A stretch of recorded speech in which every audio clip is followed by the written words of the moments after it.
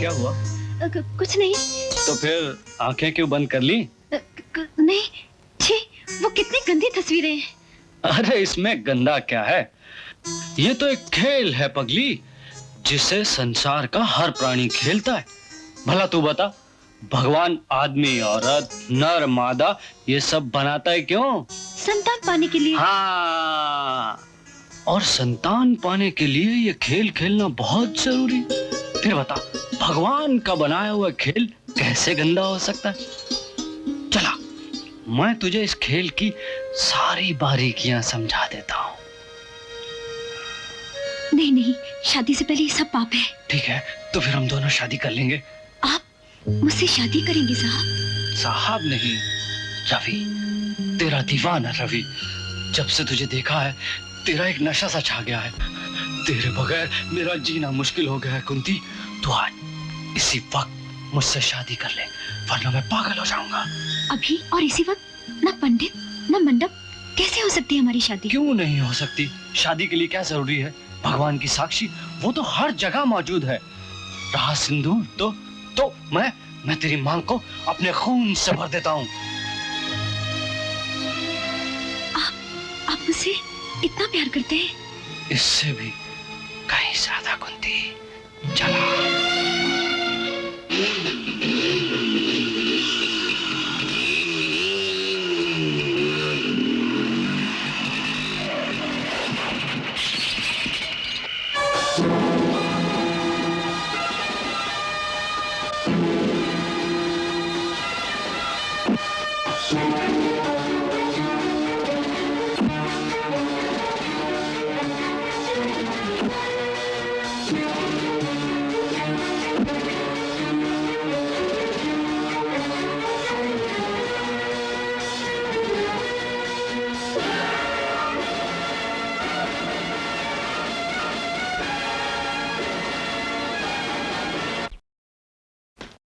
Good morning major साहब।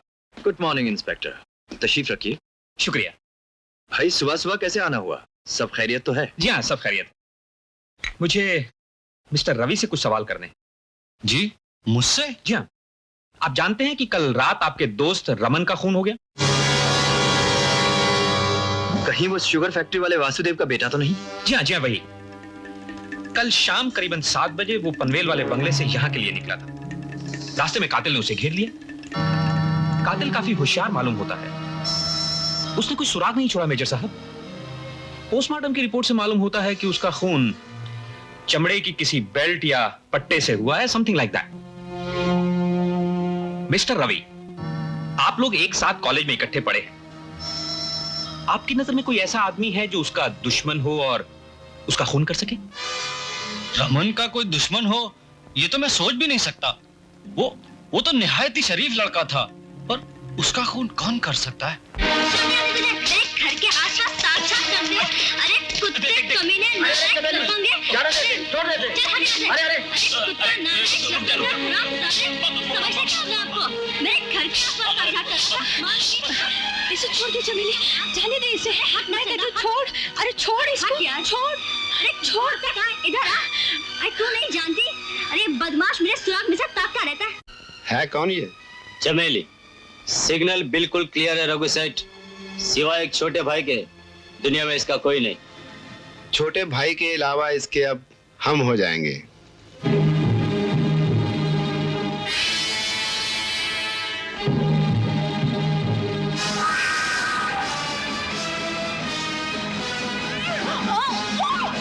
छोड़ दीजिए इंस्पेक्टर साहब, मैं इस कमीने को अच्छी तरह जानता हूँ। तुम तैश में आ रहे हो। हमने हीरा लाल की सब जगह तलाश कर ली। चमेली के गायब होने में उसका कोई हाथ नहीं, समझे? तो फिर मेरी बहन कहाँ गई? जल्द पता लग जाएगा। हम लोग पूरी कोशिश कर रहे हैं। आप कीजिए कोशिश, मैं अपनी बहन का पता खुद लगा लूंगा।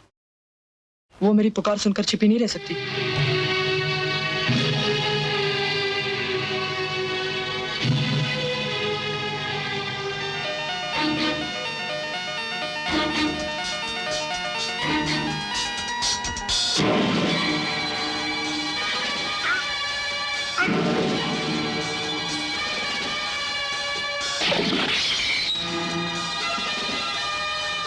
तुम कातिल के बारे में कुछ तो बता सकती हो।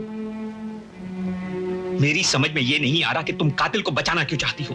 क्यों क्यों बचाना चाहती हो चमेली? दीदी, तुम मुझे अकेला छोड़कर कहाँ चली गई थी? तुम अपने राजू को छोड़कर कहाँ चली गई थी? दीदी, तुम चुप क्यों हो? यही तो मैं जानना चाहता। देखो चमेली, रघु का कत्ल तुम्हारी आंखों के सामने हुआ, और कुछ नहीं, कम से कम उसका हुलिया बता सकती हो। इंस्पेक्टर साहब, हुलिया इंसान का बताया जाता है, भगवान का नहीं। मैंने कुछ नहीं देखा, मैंने कुछ नहीं देखा इंस्पेक्टर साहब, मैंने कुछ नहीं देखा। राजू, मूलचंद जी ने कहा है कि वो अपने बेटे की शादी तुम्हारी बहन से नहीं करेंगे। शादी की क्या जरूरत है शादीलाल जी? एक बार रास्ता खुल जाए तो ट्रैफिक अपने आप चालू हो जाता है। कुत्ते कमीने, अगर मेरी बहन के खिलाफ एक लफ्ज भी बोला तो तेरी जबान काट के गटर में फेंक दूंगा। तू कौन होता है गटर में फेंकने वाला है? मैं आज तुझे ठीक किए देता हूँ। बहुत हाथ पांव चलने लगे तेरे। राजू, अरे मैं आज इसे मत मारो, इसे मत मारो, मेरे भाई को मत मारो, मैं तुम्हारे हाथ जोड़ती हूँ। कह दे इसे, अपनी जबान को लगाम दे। कुछ ही दिनों की बात, काले को शहर भर में जीजा जी मिल जाएंगे। जिसकी बहन की इज्जत गटर में मिल जाए, उसे गंगा जल की बात नहीं करनी चाहिए। दीदी, छोड़ दो इसे, पागल हो गई हो क्या? राजू, राजू मुझे मर जाने दो। अपनी लूटी इज्जत की जादू उड़े, मैं कहाँ जाऊंगी? मैं कहाँ जाऊंगी राजू, मैं कहाँ जाऊंगी? दीदी, अगर तुम मर गई तो मैं कैसे जीऊंगा? दीदी, तुम नहीं जानता राजू, समाज में हम जैसी लड़कियों के लिए कोई जगह नहीं। हम किसी पुरुष की पत्नी नहीं बन सकती, किसी घर की बहू नहीं बन सकती, किसी खानदान की इज्जत नहीं बन सकती। अजीब दुनिया है ये, जहाँ मर्द अपनी पल भर की प्यास बुझाने के लिए लड़के की पूरी जिंदगी पी जाता है। दीदी, हम यहाँ नहीं रहेंगे, कहीं ऐसी जगह चले जाएंगे जहाँ सिर्फ एक बहन होगी और एक भाई। अच्छा हुआ तू आ गया, मेरी तो हालत खराब है यार। अरे हालत तो मेरी भी खराब है यार, इसीलिए तेरे घर गया था। पता चला कि तू यहाँ है। मैं तो सुबह अखबार पढ़ते ही यहाँ भागा है, डैडी को भी नहीं मालूम। समझ में नहीं आता रघु का खून कौन कर सकता है? वही जिसने रमन का खून किया है। क्या मतलब? मतलब वही है यार। वैसे भी रघु 2 नंबर के धंधे का आदमी था, और उसकी दुश्मनी किसी से भी हो सकती है। होने को तो कुछ भी हो सकता है, लेकिन जब तक सच्चाई सामने नहीं आएगी मुझे चैन नहीं आएगा। यार, अखबार में लिखा था कि पुलिस ने चमेली को रघु के अड्डे पर पकड़ा है और वो वारदात के वक्त वहीं मौजूद थी, लेकिन फिर भी उसने कातिल का हुलिया नहीं बताया। क्यों? हाँ, उससे पता चल सकता है कि हमारा जिस आदमी पे शक जाता है कातिल वही है या कोई और। जी यार तू। हेलो। हेलो रवि बेटे, तुम ऑफिस के बजाय फार्म चले गए? और जी वो डैडी, मेरी कुछ तबीयत ठीक नहीं है तो इसलिए यहाँ चला आया। तबीयत ठीक नहीं? कुछ ज्यादा खराब तो नहीं है? नहीं डैडी, ऐसी तो कोई बात नहीं है, बस 1-2 दिन में ठीक हो जाऊंगा। बेटे, अपनी सेहत का ख्याल रखना, और किसी चीज की जरूरत पड़े तो टेलीफोन कर देना। हाँ डैडी, आप खामा में परेशान हो रहे हैं। बेटे, तुम्हारे सिवा इस दुनिया में मेरा और है ही कौन? जिसने जिंदगी भर साथ निभाना था वो तुम्हें सौंप कर मुझे छोड़ गई। I understand dad. खैर, तुम्हारे पास कुछ पेपर्स पड़े हुए थे। जी हाँ, कार में रखे, कहें तो जिम्मी के हाथ भिजवा देता हूँ। ठीक है रवि, उससे कहना शाम को गोल्फ कोर्स में ले आए। Excuse me. Yes please. मुझे मेजर रॉय से मिलना है। वो गोल्फ कोर्स पर होंगे। Golf course? जी थैंक यू। बाय।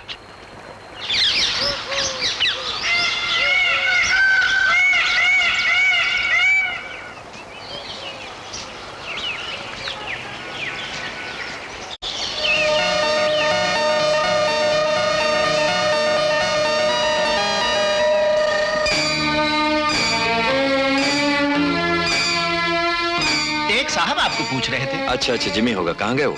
जी वो आपको ढूंढने के लिए गोल्फ कोर्स की तरफ गए। Thank you very much. भाई ये रखते।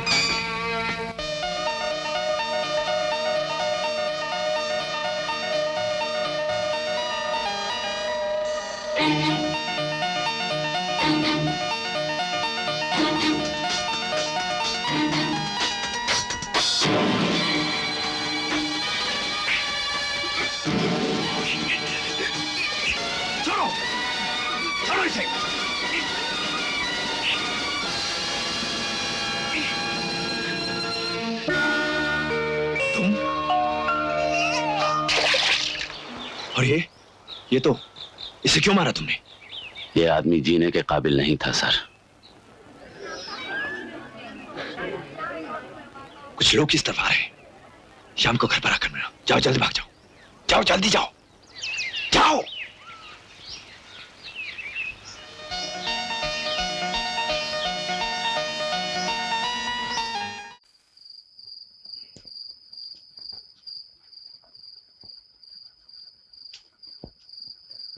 कातिल हमारे पहुंचने से पहले फरार हो चुका था। हमने उसके आसपास किसी को नहीं देखा, और फिर जो कुछ हमने देखा उसे तो हम बयान में बता चुके हैं। माफ कीजिएगा मेजर साहब, हमने आपको इस वक्त तकलीफ दी। Good night. Good night.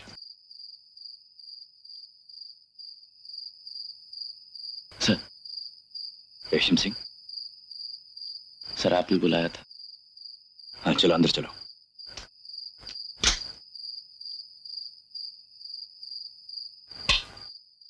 बैठो।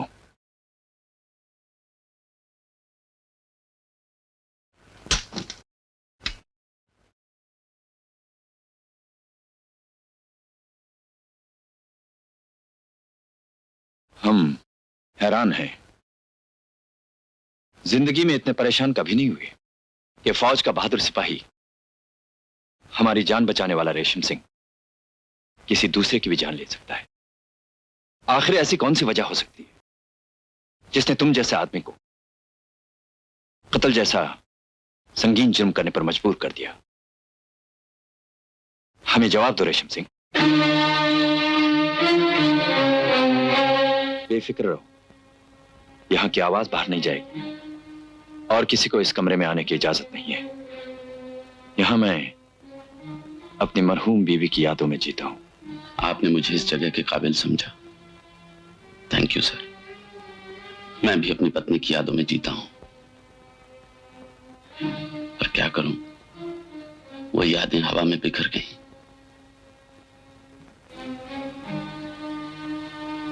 मैं शराब पी सकता हूं सर?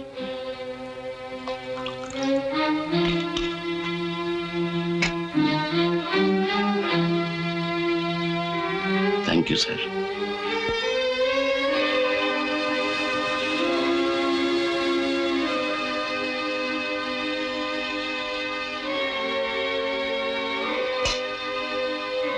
आपको सब कुछ बताता हूं सर। कातिल बनाने वाली जिंदगी की किताब पर लिखा एक एक हर्फ आपको पढ़कर सुनाता हूं। शायद चुभन कुछ कम हो जाए। आपके जाने के बाद पता नहीं क्यों फौज से मेरा जी उचट गया। मैं भी इस्तीफा देकर अपने गांव चला आया। बहुत अकेला महसूस कर रहा था मैं अपने आप को। शायद जिंदगी ने मेरी हालत पर तरस खाकर ऐसे हालात पैदा कर दिए कि जिंदगी की जंग लड़ने के लिए मुझे एक जीवन साथी मिल गया। मेरी शादी हो गई। उस रात हवा में महक थी और माहौल में खुशियां। कितनी प्यारी लग रही है। लो चाचा, और लो ना थोड़ा। शर्माओ मत। अच्छा लो कुछ खाने के लिए। भाई रेशम सिंह, तू कुछ भी बोल, पर आदमी है बेमिसाल।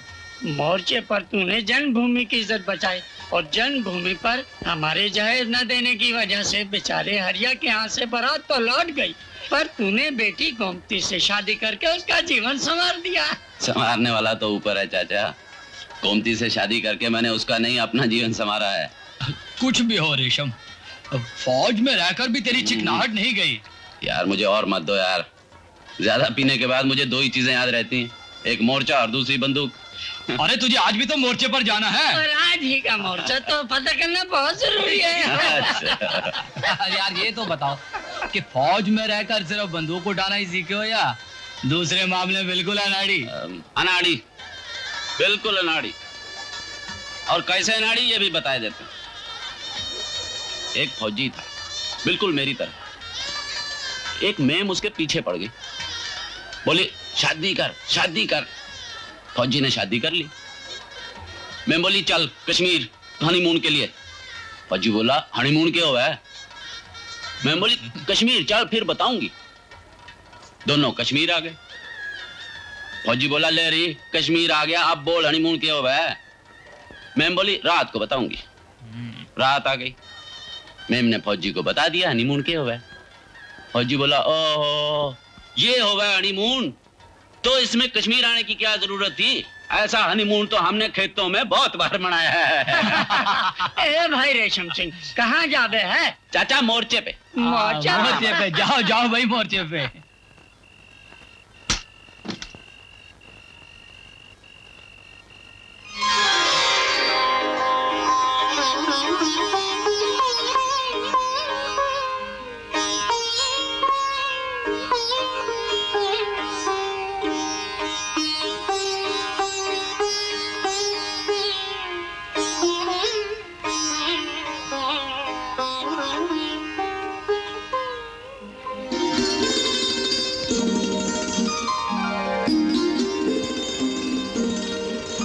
किसी ने सच ही कहा है कि नशा नशे को मारता है। सच गोमती, तुम्हारे रूप में इतना नशा है कि मेरा शराब का नशा फुर हो गया। क्यों शराब की बुआ रही? नहीं क्या करूं, फौज में रहकर आदत पड़ गई। नहीं, ऐसी बात नहीं है। आप तो देवता हैं। आपने मुझे भागन को अपनाकर हमारे गरीब परिवार पर कितना बड़ा उपकार किया है। बस सारी उम्र आपके कदमों में पड़ी रहूं, भगवान से यही प्रार्थना है। कैसी बातें करती हो? भगवान से प्रार्थना तो मुझे करनी चाहिए, जो तुम जैसा साथी दिया। गोमती, जिंदगी का सफर तय करने के लिए मेरे सामने कोई मंजिल नहीं थी। तुम्हें पाकर वो मंजिल मिल गई है मुझे। इतना प्यार मत दीजिएगा, मैं इस काबिल नहीं हूं। गोमती, तुम बहुत काबिल हो। काका ने बताया है कि गाती भी हो। बस गोमती, आज अपने रूप और संगीत के जादू से इस बंदूक और बारूद का शोर सुनने वाले पत्थर को इंसान बना दो।